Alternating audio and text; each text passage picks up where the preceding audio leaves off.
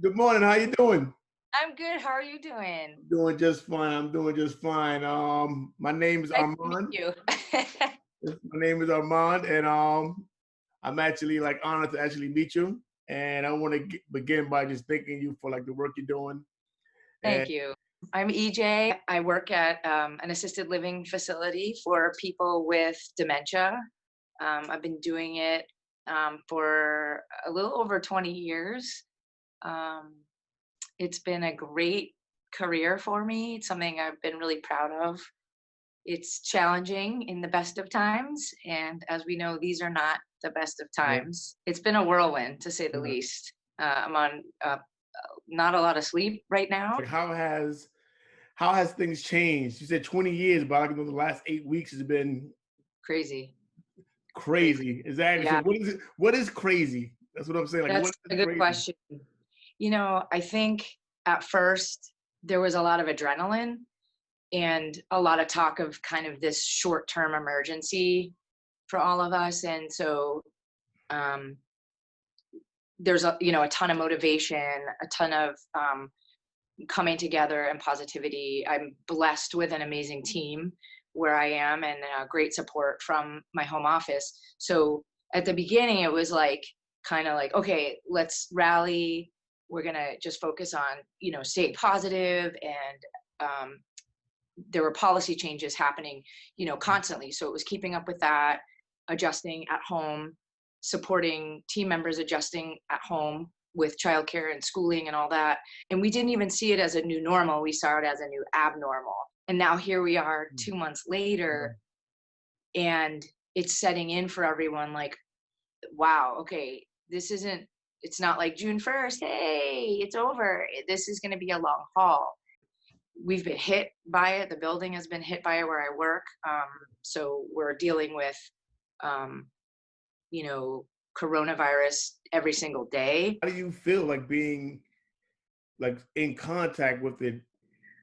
Ugh, I feared it so much at the beginning. Mm, It was like, I just wanted to keep it away. And that was the main goal was like, how do we keep it away? Now I just want to be safe. And I want to make sure my colleagues are safe and my teammates are safe. I've already had one negative test, so I know I can be around it and not yeah. get it. Um, and I have team members that have been around it a lot more than I have doing direct care who have not gotten it. I've seen people with elderly people, at-risk people survive it. It's not a death sentence for everyone. And as Right. we learn more, we know you can get through it. So the fear is kind of, with time, has gotten a little bit better for sure. Yeah. But to add to that, I have PPE and my team has PPE. So Okay. I have, I'm alone right now, but I have, the second I leave this office, I have Mm, my goggles, I have my N95 mask, my surgical mask that I can put on to protect me. I have plenty of hand sanitizer, wipes. My company provides that, and we work really hard to keep that, which is important for my to keep my fear at bay and to support my team. There are people in places where that's not the case.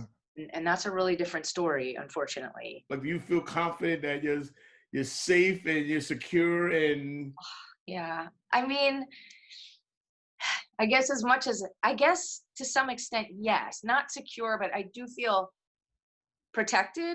But I have to say, I'm sitting in my office. I'm the director in a community, and I'm asking team members to go and do direct care. It's a lot different. I've done the direct care here and there, but it's different going in there all day, every day, and sweating in those masks. And so, as much as I'm helping out on the front lines, it's really my team that right. is doing the harder work, that harder physical work. And I don't know that they'd answer that the same way that Yeah. I would. So we check in a lot about it, and I try to make sure they have everything they need to feel safe. I don't care if they wear a poncho and shower cap and full body, suit.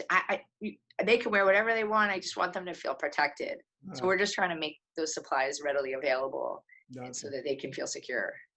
Yeah. So I kind of like I see what you just said about like you're the director, so you're the one that's directing people into the battlefield. Um, Right. Does that weigh on you at all? For sure. For sure. For sure. For Yeah. sure. Yeah, it does. I'm not always sure I'm making the right decisions, but like I said, I think the value of team is that these decisions are being made usually with a lot of conversation. Mhm. So, I have elderly workers who have stepped out of the building but now want to come back. And so a lot of conversation, here are the risks, here are the benefits, and making those decisions together. But yeah, it definitely weighs on me. It's a lot to ask of people Yeah. who put their lives on the line, literally. You can call healthcare workers heroes all you want, but Mhm. this was not what people had in mind when they Yeah. started this job. I Yeah. mean, Yeah. certainly we've had other epidemics. I mean, even the flu is hard every year, but this is something we didn't expect to see in our lifetime. So it is a lot to ask. What is something that you've seen like now, like just like a regular like scene or an incident, something that happened that you thought you would never see, that you would never forget, that would basically um capture what we're going through in a snapshot? I think myself and my colleagues inviting the National Guard into the building for testing Wow. was something I never thought I'd see. I mean, just the military showing up, and they were fantastic. Hmm. Young, cadets or whatever you call them, in full, their uniforms, pulling up and getting into hazmat suits was pretty surreal. How is the life like the residents changing? I would think that like Oh, no like the visitors are limit. I don't know. I'm just like, yeah, how has the yeah. life So changed for the CDC, like we have a lot of people mandating what the new abnormal is. There's certain workers that can come in, but no visitors. So that has been a tremendous change for these residents. A lot of the way we communicate with people with dementia is facial expressions and warmth and kindness through um, expression. And now we're wearing masks and goggles, so they can't hear us as well. They can't see our expression, and so Mm, communication has become really a challenge. And on top of it, the regular visits they get from friends and family have stopped. right. So we do utilize Zoom, like we're utilizing now to have this conversation. We utilize, telephone calls, but especially when you have dementia, it's really hard to navigate that. I mean, even when we're supplying support, they don't always understand what they're looking at on the screen. Some of them are fine, but some are challenged by that, and Yeah. to not be able to hug someone you love. I mean, we all know what that feels like. Yeah. Yeah. And for these folks, for their families, knowing that they're so vulnerable, it's been a really heartache for so many families.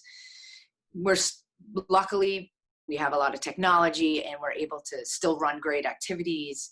We have awesome staff who just put on their masks and go right in and have awesome programming for them, so they still have joy, and they have Yeah. great food and fun things, music. We do entertainers. We have entertainers outside. Like, we've gotten extremely creative, but this new way of it's been a learning experience for all of us. Right. But I mean, my job has always been in this field to create joy, and that is still what we're trying to do: create joy, even in these unprecedented times. Like, I don't know like the whole scope of dementia, so I'm asking you like, Yeah, no, do that's they okay. understand like from day to day like what's happening, and they forget the next day, and then you have to go over it? Like, do they Yeah, really understand great what's question. happening? Dementia is sort of an umbrella term for memory loss. So we have people with varying diseases, but everyone has some form of memory loss. I have folks that are following the news, Mhm. residents who follow the news every day, read the paper, and know exactly what's going on. And for those people, we can have conversations like you and I are having. So, Yeah. it's say like, oh, um, you tested negative. We do have some cases, but people are doing fairly well. We'll have a conversation just like you and I would have. Then I have residents who understand that there's something going on, but aren't quite sure, might forget day to day. And so for those folks, we'll support them in their questions, but we're not constantly reminding them that we're in a pandemic. And then I have probably majority of the residents that don't understand what's happening. So they'll ask, why are we wearing masks? and we'll say something like, well, there's a very bad flu and we don't want you to catch it, so we're Mhm. wearing it to protect you. So luckily we have known them for a long time, so we know kind of where they're at, but we are trying to support them where they're at and not bring them into pandemic mania on a daily basis, because it's not helpful for them.